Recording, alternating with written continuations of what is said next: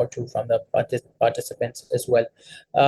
I would like to give a small introduction about myself, and then move on to a small presentation that I made for this call. Okay, let me just share my screen first.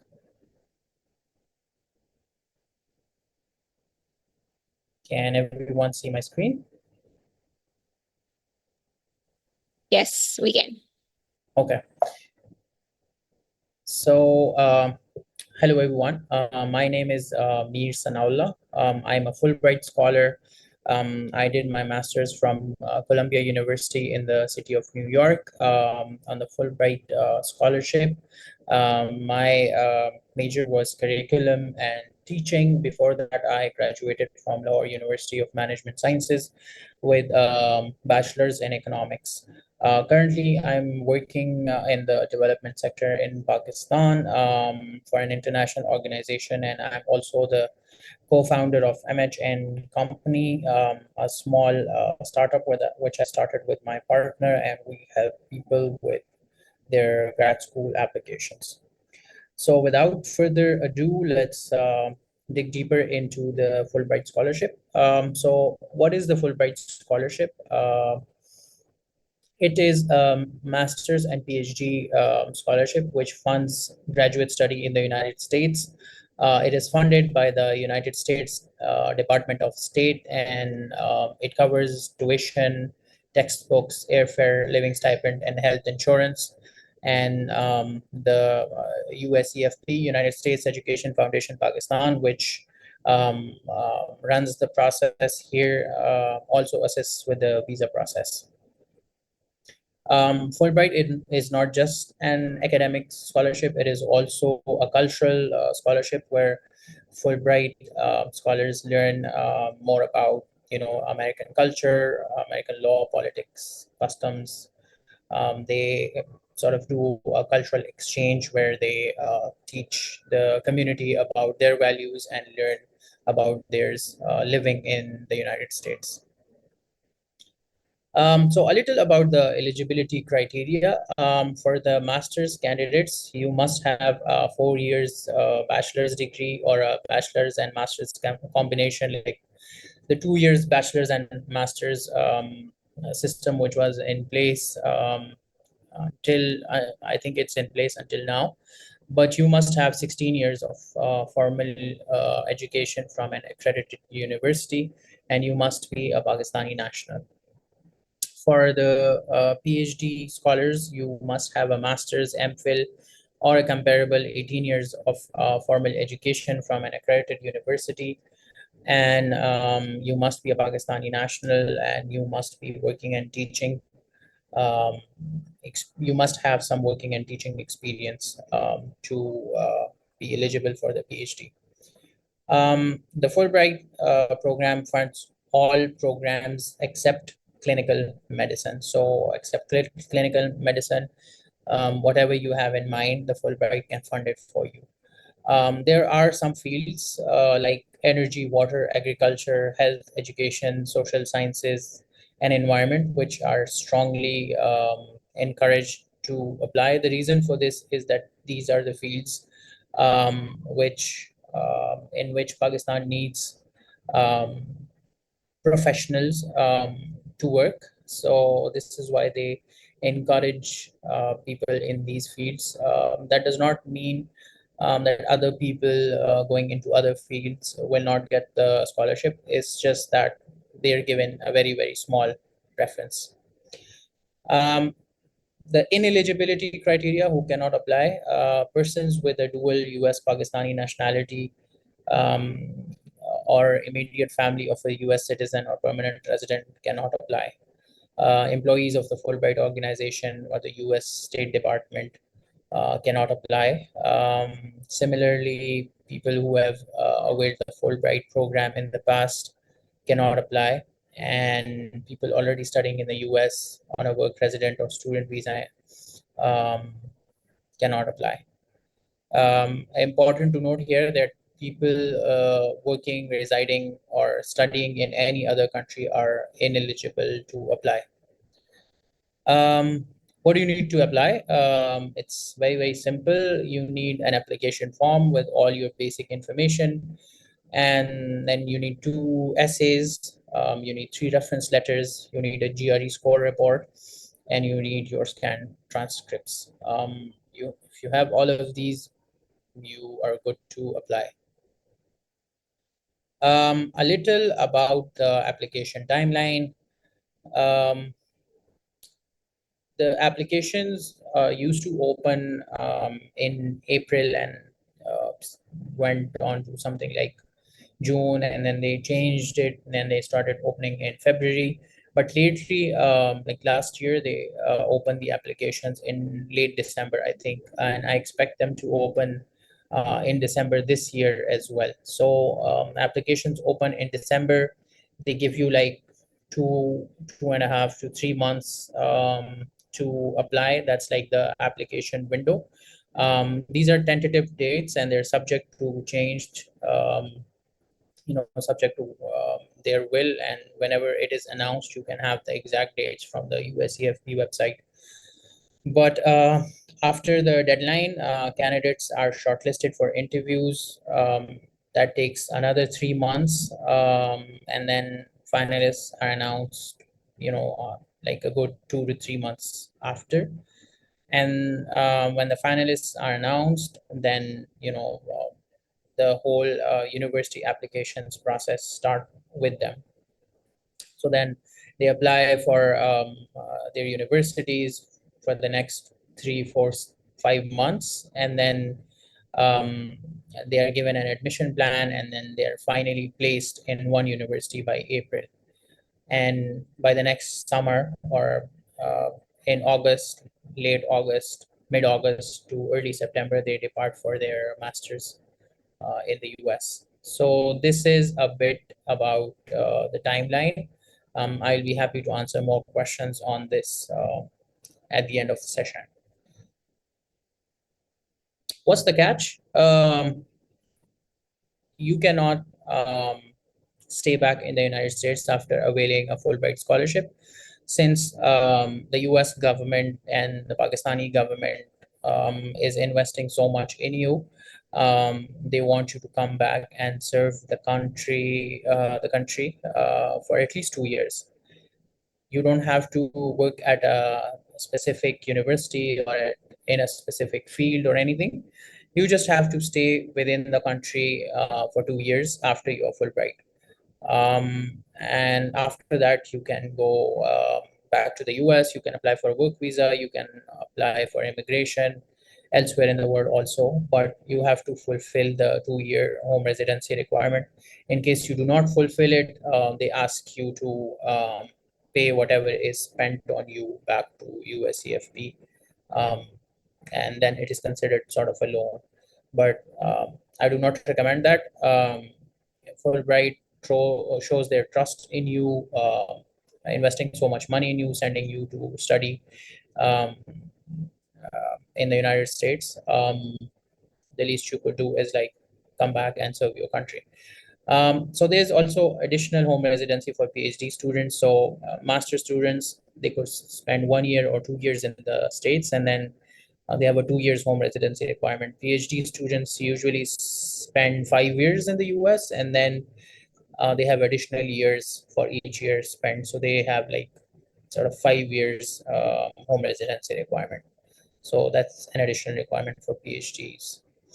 I've sort of noted down some to-dos and some not to-dos in the form of a list. I will go through them one by one, and feel free to note down your questions. I'll be happy to answer them at the end. When it comes to application, I suggest you start very early, as soon as the application, as the scholarship opening is announced. Even before that, make sure you understand all the instructions on the application itself. Do go through your application multiple times. So whenever you fill it, make sure you have all your information in order, and so that you do not miss anything or you do not note anything incorrectly. you're free to let someone else proofread it, because a lot of the times what happens is that you spend so much time on the application itself that you sort of forget or sort of do not note what you have written incorrectly. So let someone else proofread it with a fresh pair of eyes so they could spot any mistakes that you might have made there. And most importantly, keep a copy for yourself. So if you move to the next stage of the application, which is the interview stage, you need to have a copy so that you know what you wrote in the application. um, don't don't delay the application. Whenever you start, don't procrastinate, just don't keep it till the end. Spend as much time with it as possible, and do not skip a section. So provide as much detail as possible. It helps the selection panel uh, get a clear picture of you as an individual, and of your academic and professional journey. So please do not skip any section and provide as much information as required. When it comes to the essays, I will discuss the essays in a bit more detail as well. But when it comes to the do's and don'ts for essays, as usual, start very, very early. Start thinking about how you're going to build your narrative, what you're going to talk about, and how you're going to structure it. Understand the prompts. I'm going to display the prompts as well, but do understand the prompts. Do your research. I've also served on the panel of Fulbrighters who check the and grade the applications as well. So I've seen a lot of applications which are not thoroughly proofread, not thoroughly researched, and they sort of make claims which cannot be backed up by any research or any science. So don't do that. Do your thorough research. Make sure whatever you are writing is backed up by proper evidence and research. Do multiple iterations, and I cannot stress this enough. I have done this in my own journey as well, and I um, suggest this to all my mentees as well. Do multiple iterations. Start very early, and then keep keep doing it again and again. um, Keep thinking about how I could write something in a better way, how I could write something in a more succinct way, how I could write something that connects better, that tells a better story. So the more time you spend with it, the more iterations you do, the higher the chances that you will come up with a stellar essay. Other than that, do check for grammatical errors. Very, very important. We have a lot of tools to do that. These days, you could use Grammarly, you could use any of the AI softwares, ChatGPT, Gemini, whatever. But do check for grammatical errors. It is very, very easy to take them out of your essays now. Make sure the panel does not get a single grammatical error. I have seen a lot of applications which were not grammatically correct, which um, which had very weak English, sort of um, was hard to have confidence in someone who could not, take the time to take out grammatical errors from their Fulbright essays. Other than that, also have your, friends, mentors, teachers proofread it for you. It helps a lot. When it comes to the don't write too much or too little. Needless to say, you need to stick to the word limit. And don't make it an autobiography, whether it's a personal statement, and I'll talk about this more. Whether it's a personal statement or research objectives, I've seen a lot of people making an autobiography out of it. as in I was born here, then I went to this school, then I went to this college, then I did this job, then I did that job, in a very chronological order with no other details and no connection to what they want to do. Um, don't make it an autobiography. It's very important. You're not going to stand out. There are a lot of people who make this mistake, and they are not able to make an impact and ultimately not get shortlisted. um, don't skip the volunteer work. I'm sure a lot of you have done volunteer work at school, or in your communities.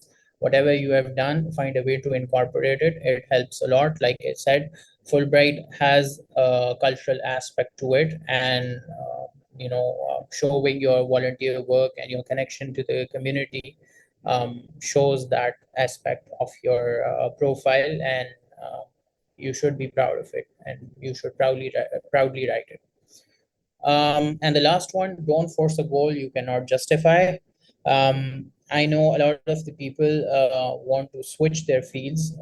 They've done a bachelor's in something else, and then now they want to do a master's in something else. That's completely fine. You're free to do that. However, you need to have a justified reason for it. For instance, someone wants to go from an engineering background to like an engineering bachelor's to a business analytics master's. That's perfectly fine, but you need to have done some sort of work. You need to have done some courses. You need to have done some passion project, something that justifies the move and shows them why you're interested in the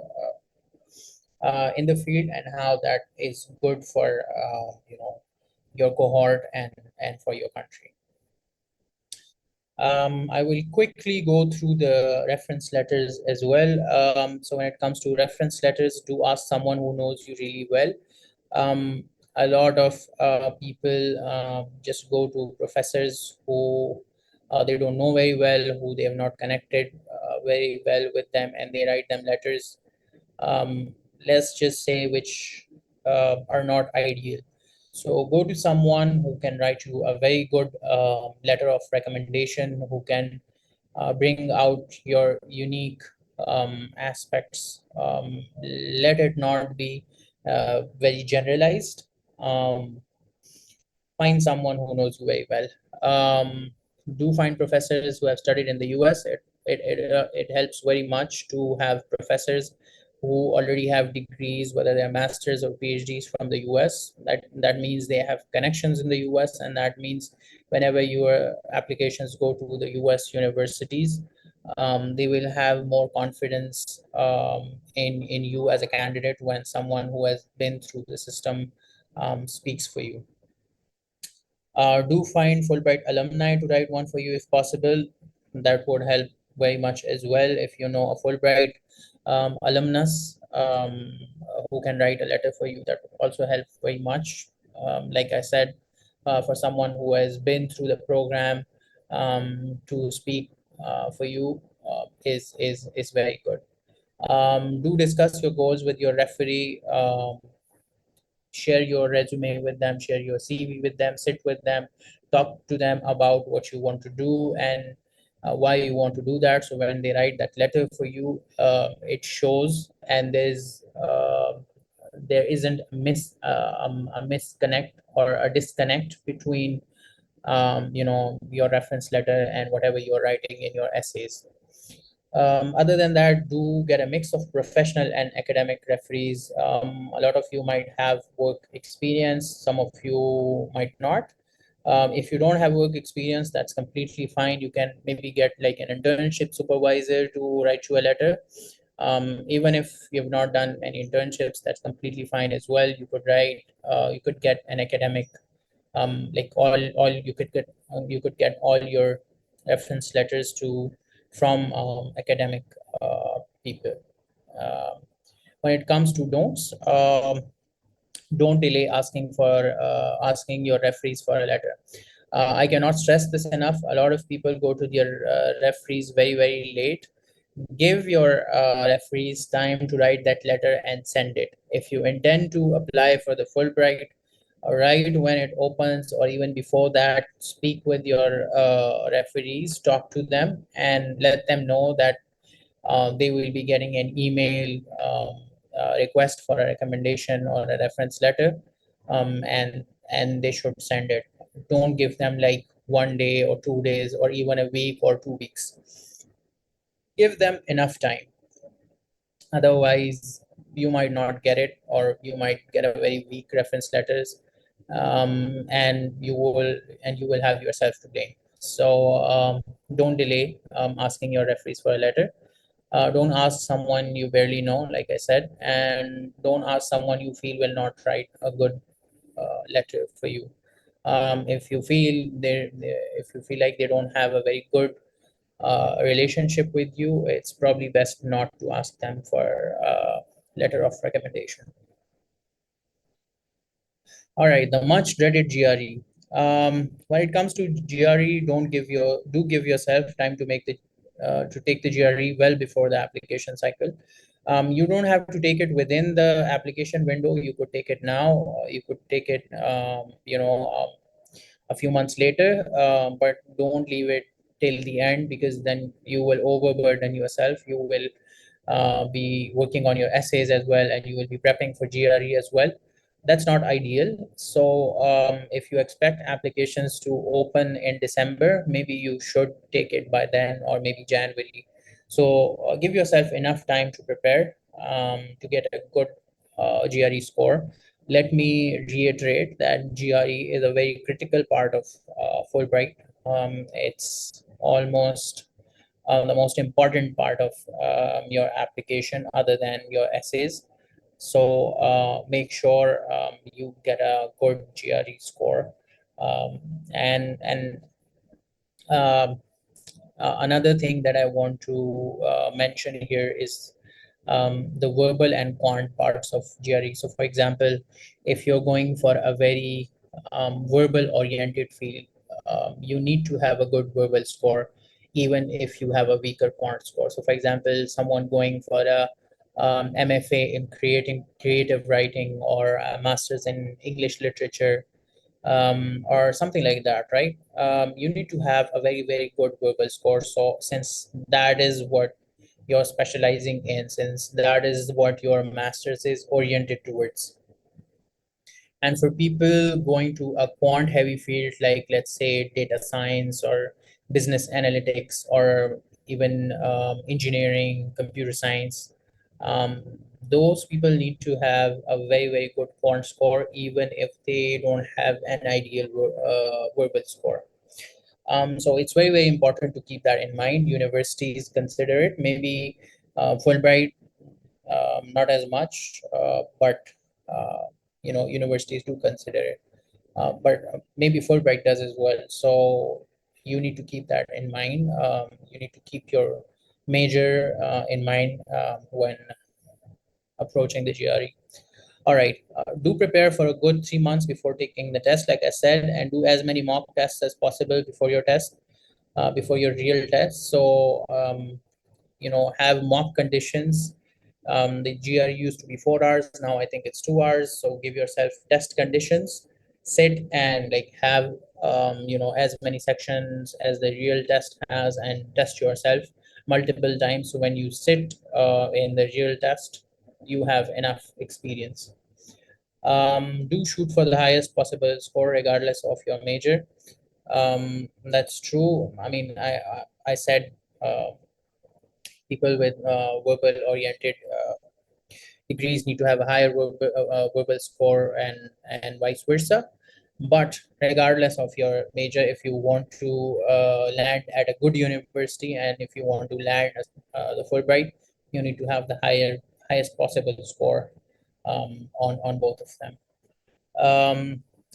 When it comes to don'ts, don't leave the GRE for a month before deadline, and don't take the GRE lightly, as it is an expensive and difficult test. I don't know what the GRE costs these days, but it used to be expensive, and it is still very expensive. So make sure whenever you take it, you're prepared, so you don't have to take it again.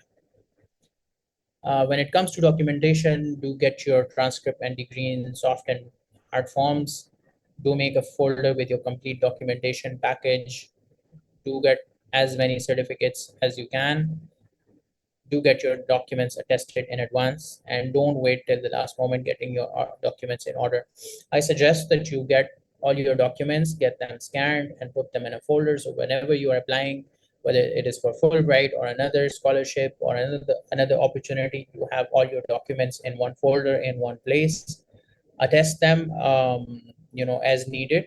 Fulbright might give you a chance to do the HEC attestation of your degree if you have not done so far, but if you can do it in advance, you will save yourself the trouble. Now, the most important part, how to approach the Fulbright essays. So there are two essays, right? One is the personal statement and the other is research objectives. When it comes to the personal statement, the prompt says the personal statement should be a narrative statement describing how you have achieved your current goals. It should not be a mere listing of facts. It should include information about your education, practical experience, special interests, and career plans. Describe any significant factors that have influenced your educational or professional development. Comment on the number of years of practical experience already completed in the field in which academic work will be done in the US. Do not mention specific US universities at which you would like to study. This is the prompt that will appear on your personal statement in your Fulbright application. I need you guys to understand this very, very well. Go through it again and again because you need to address each and every part of the prompt to answer it. If you leave out, one thing or another, you will not have a very good statement.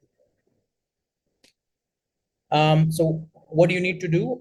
You need to highlight your unique personal background, education, and experiences that distinguish you from others.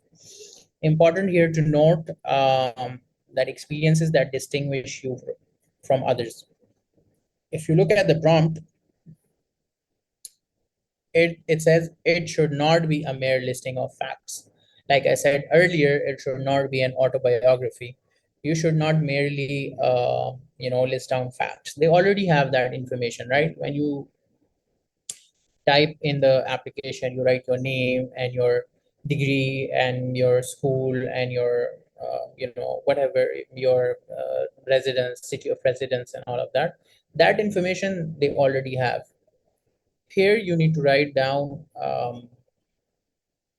things that make you different, or even if you're saying the things that you've already written, you need to present them in a way that makes you stand out. You need to present an angle that makes you stand out, right? Express passion and enthusiasm in the personal statement to positively influence the evaluation committee. Your personal statement needs to show that you're passionate and you're enthusiastic about what you want to do. It needs to um, be a narrative about how you have come to the point in life where you are today, and what were the factors that led to you being here today. How was your journey like? It is different for different people. It is different for different majors. People have different motivations to do something. Someone going into energy could have a different motivation.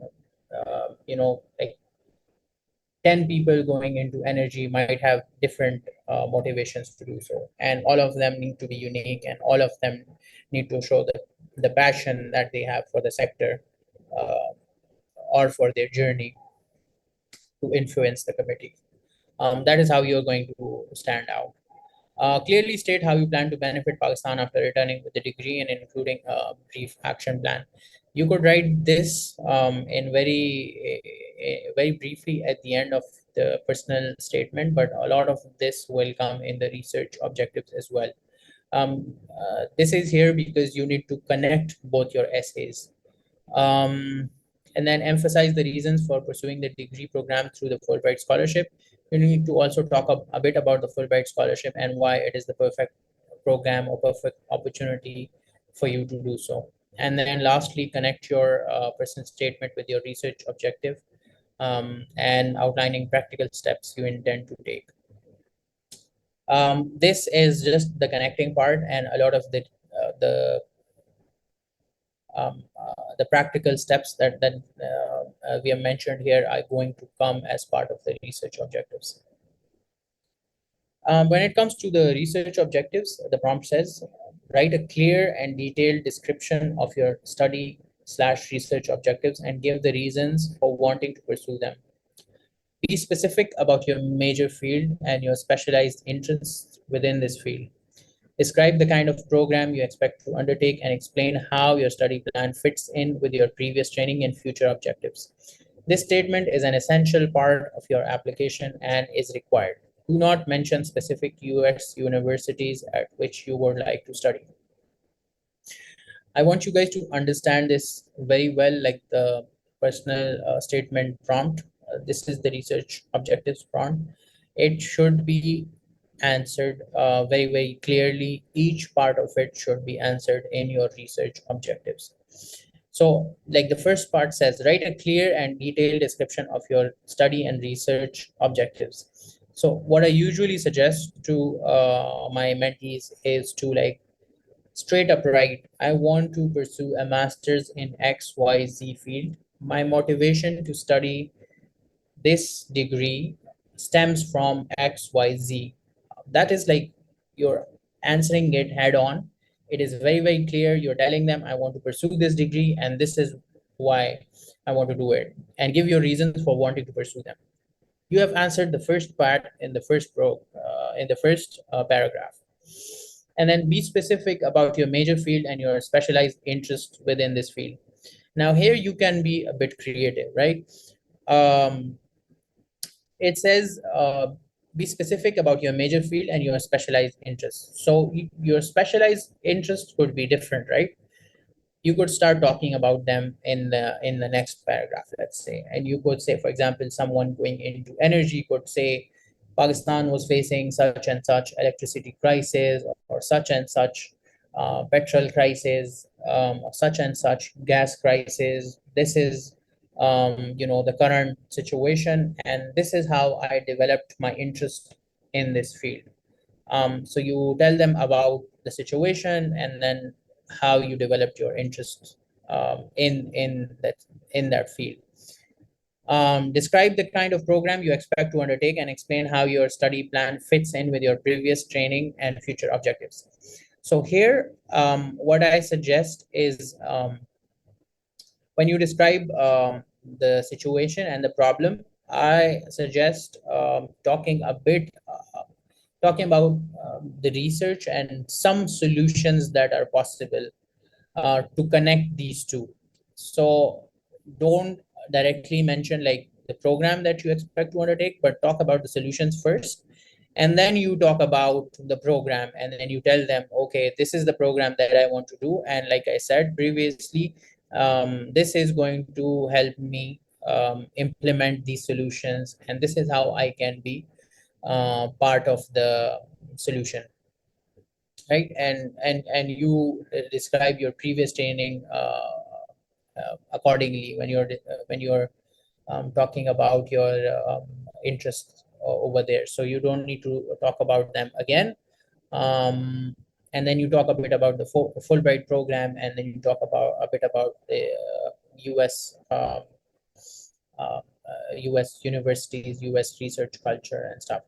So I don't know if you have a clear picture of it yet, but what I mean to say is that you need to answer all of this, and you need to have a very clear and coherent narrative structure of your essay to attempt the research objectives. I've noted some pointers that you need to keep in mind. So the first one is discuss the degree program you plan to pursue and the specific research topic within that discipline. If you have a special subspecialty that you want to study, you need to talk about that with extreme clarity. Define your research topic in simple, clear language, needless to say, and focus on a specific aspect within your field and explain why it interests you. Like I said, connect your previous research and work experience with your intended research degree, highlighting relevant volunteer paid work during your undergraduate or graduate studies. Like I said previously, um, you connect whatever you have done so far and tell them um, how you came to be interested in this field. It would be through some volunteer work or through some internship or through some some paid work that you did, that you came to know about these problems and these challenges, and you came to know about that research which could solve that problem. Okay, reference a notable professor, researcher, or achiever in the field to demonstrate your knowledge and aspirations. This is very important. You could either do this, or you could also have some facts and figures in there to show that you have done your research and you are not talking about something in the air. And then explain how this learning is crucial for Pakistan. Very important. You need to show the utility of that subject for development in Pakistan, and it will be different for different people. People going into social science, for example, economics, might have a different utility for their degree. People going into arts, or let's say creative writing, might have a different utility for their degree. People going into gender studies might have a different utility for Pakistan.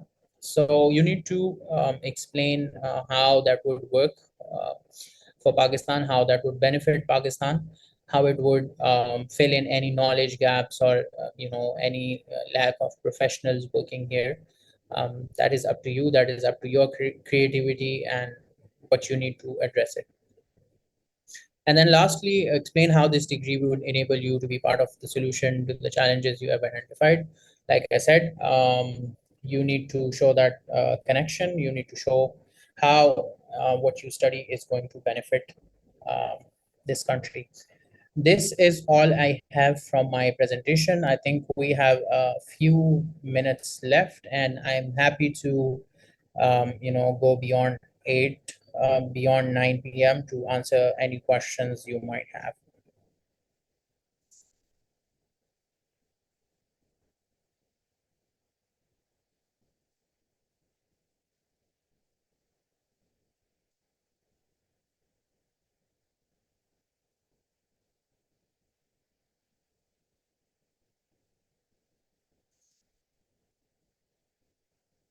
Okay, so we have the first question.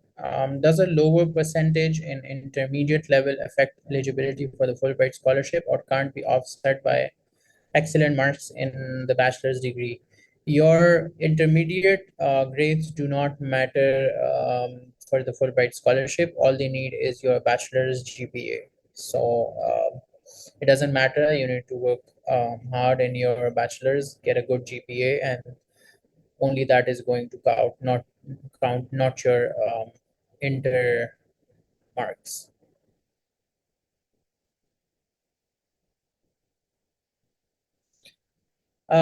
What is the best strategy to prepare for GRE, and what is an ideal score in your opinion?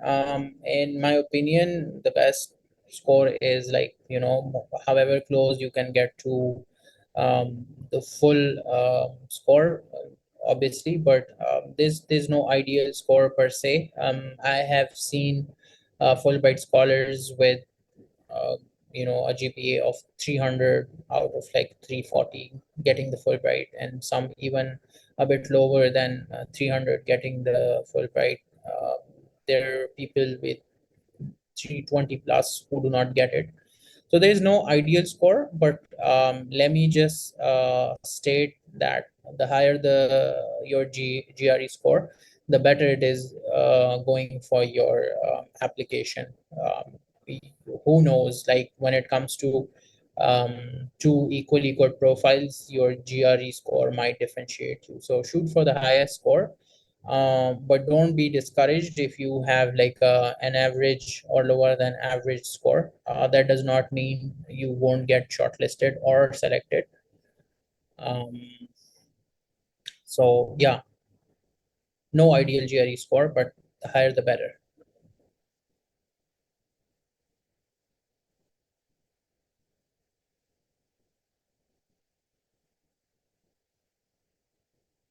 Okay.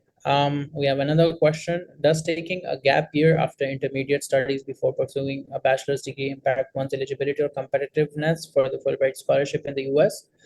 No, it does not. You can take a gap year and still apply. It would not affect your eligibility or your application. If if you want to address it, you could just address it in your application essay and talk about the gap year, but you could skip it altogether and that would be fine as well. I mean, skip mentioning it and it would be fine as well. It would not make you ineligible or anything. What sort of experiences should we list in your SOP in case we don't have an expertise in our area of interest? Okay, so Fulbright does not expect expertise in your area of interest. That is what you're going to do after your Fulbright. Like you get a master's, you become an expert. Before getting a master's, you're probably not an expert if you don't have, let's say, like 5, 10, 10, 15 years of education, of experience. So you could mention like volunteer work, you could mention internships or any sort of like work experience that you have, or any other experience in your community. I mean, it does not have to be paid. You could start a community project of your own, for example, and you could mention it and you could talk about it, and that can grant you the scholarship. Um, our next question is, does my university matter for Fulbright scholarship applications? No, it does not. It does not matter wherever you come from, whether you come um, from an elite private university or whether you come from a government university in the middle of nowhere. It does not matter. Um, like I said, Fulbright has certain things that they look for, and university is not one of them. It should be an HEC accredited and recognized university, and that's about it. And that makes you eligible, and then the rest depends on your GPA, your GRE, your essays, and all of that. Is work experience important? What if we have work experience but not in the same field as we want to pursue a master's in? Okay, work experience is important in the sense that you need to justify um, where you're going. So even if you're moving fields, you need to have a good reason for it. So you may not have work experience, but you may have community experience, or you may have freelance experience, or you may have some other experience that you could use to justify that switch. It does not necessarily have to be work experience, but you need to have some justification um, for going into that field. So you cannot just go, blindly. Think about it. You need to write something in your research objectives or something in your personal statement. It cannot just be, I want to do this, so give me the Fulbright, right?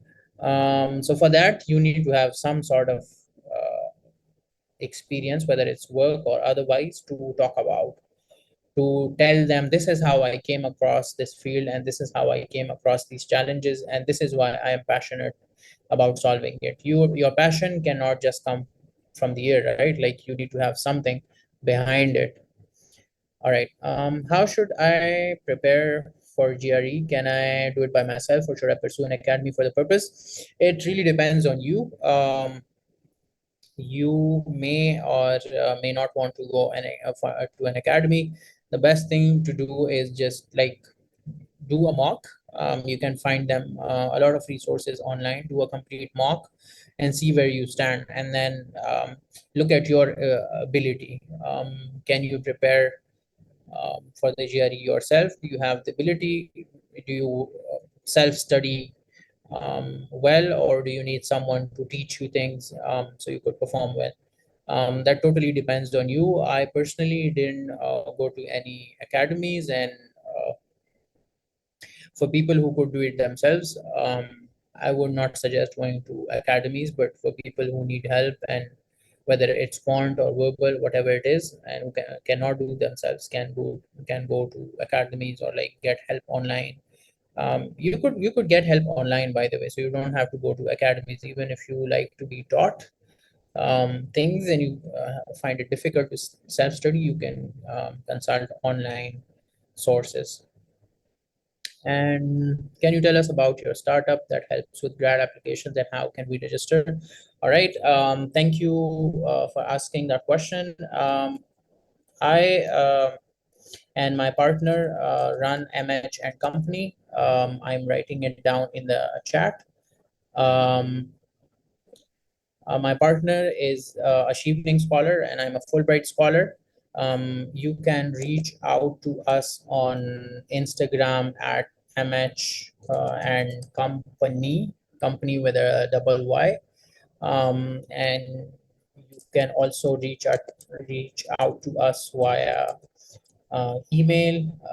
It's info@mhncompany.com. You can drop us an email, and we usually how it usually works is we set up one-on-one sessions, like 1 hour one-on-one sessions with our clients, and then we move on from there. We would be happy to answer any questions on our Instagram DMs or on email. However, you would like to get in touch with us, and we can take it from there.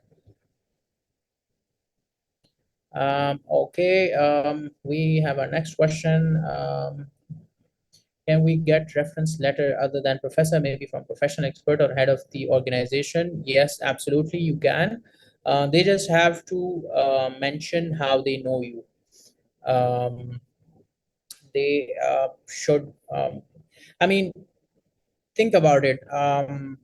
It would be more acceptable for the panel, and more, how do I, and more natural to write a recommendation for someone who knows you. So if the head of the organization knows you, or if you're if they're your supervisor, very well, they know you very well. But if it is someone other than the supervisor, maybe they could say they worked with you on a project, or they work with you or something else, but they need to know you, right? And the panel needs to know how they know you and how much they know you. So you definitely can, but you just need them to write the relationship that they have with you. All right. Other than Fulbright, what are the chances of getting a fully funded scholarship for graduate school in the US, especially in the field of psychology and education? I mean, you can directly apply to US universities, and like you can get financial aid, or um, um, you can get like graduate assistantships or teaching assistantships. But a lot of them are not as generous as Fulbright, because Fulbright gives you a living stipend as well. They pay your tuition as well. You may get them like if you get an RA ship or a TA ship in a university. State universities are your best bet when it comes to those sort of things, but private universities can also do that. But it's a hit and miss, right? And um, applications also cost, like applying to different universities cost money. So that's that. By the way, you can just ask for application waivers and apply to as many schools as possible, but you might like maybe 20% universities give you waivers, and the rest you may have to pay like a fee of 100 or $120. All right. What does the GRE test consist of? So the GRE consists of a verbal section and a quant section. The quant section usually has um, like mathematic concepts and statistic concepts from like high school, like their ratios and their percentages and their word problems. and there's geometry, and there's simple algebra and things like that. And then there's the verbal section, and the verbal section has like comprehension and sentence completion, and things like that.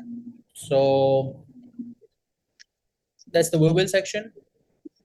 It used to have a writing section as well. I'm not sure if the new GRE has the writing section, but feel free to check it online. And if you're still early in your academic career, you can prepare from a very early stage and try to get a good score.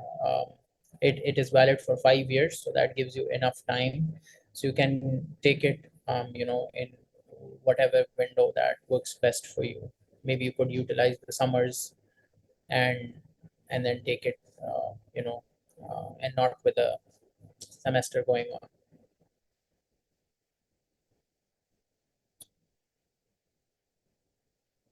All right. Do we have more questions?